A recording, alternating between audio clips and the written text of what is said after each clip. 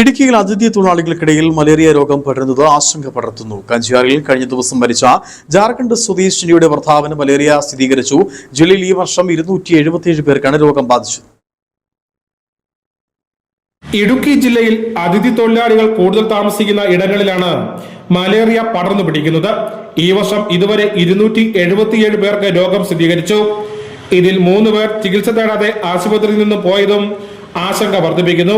കഴിഞ്ഞ ദിവസം കാഞ്ചിയാറ്റിൽ മരിച്ച ജാർഖണ്ഡ് സ്വദേശിനിയുടെ ഭർത്താവിന് മലേറിയ സ്ഥിരീകരിച്ചു. മരിച്ച യുവതിക്ക് മലേറിയ ബാധിച്ചിരുന്നോ എന്ന പോസ്റ്റ്മോർട്ടം റിപ്പോർട്ട് ലഭിച്ച ശേഷമേ വ്യക്തമാകൂ. രോഗം പടരുന്ന സാഹചര്യത്തിൽ ആരോഗ്യവകുപ്പ് പ്രതിരോധ പ്രവർത്തനങ്ങൾ ഊർജിതമാക്കി. ഭാഗമായിട്ടാണ് കാഞ്ചിയാർ കുടുംബാരോഗ്യ കേന്ദ്രത്തിലെ സ്റ്റാഫ് ഞങ്ങളും അതുപോലെ DVC unit Kattappana DVC unit സംയുക്തമായിട്ട് ഇവിടെ പ്രതിരോധ പ്രവർത്തനം സംഘടിപ്പിക്കുന്നത്. അതിന്റെ ഭാഗമായിട്ട് ഈ പ്രദേശങ്ങളിലെ മുഴുവൻ ചുറ്റുവട്ടത്തുള്ള മുഴുവൻ വീടുകളിലും ഫീവർ സർവേ നടത്തി, പനി സർവേ നടത്തി, ഉറവിട ശീകരണ സോഷ്യൽ നടത്തി, അതുപോലെ IRS ഇൻസെക്ടിസൈഡൽ റെസിഡ്യൂ സ്പ്രേ വീടിനകത്ത് കൊതുക് വന്ന് മറ്റ് പകരാനുള്ള സാധ്യത ഒഴിവാക്കാൻ ലക്ഷ്യത്തോടെ IRS നടത്തി. അതുപോലെ അതിൻ്റെ കൂടെ ആ രോഗിയുടെ കൂടെ താമസിച്ചിരുന്ന 4 മുറികളിലായിട്ട് 5-8 പേര് താമസിക്കുന്നുണ്ടായിരുന്നു. അവരുടെ കോൺടാക്ട് സ്മിയർ, അവർക്ക് അസുഖം ഉണ്ടോ എന്ന് അറിയുന്നതിന് വേണ്ടിയിട്ട് കോൺടാക്ട് സ്മിയർ എടുത്തു. ഇത്രയും പ്രതിരോധ പ്രവർത്തനങ്ങളും ആളുകൾക്ക് വേണ്ട ബോധവൽക്കരണ കാര്യങ്ങളുമാണ് ഇവിടെ ചെയ്തിരിക്കുന്നത്.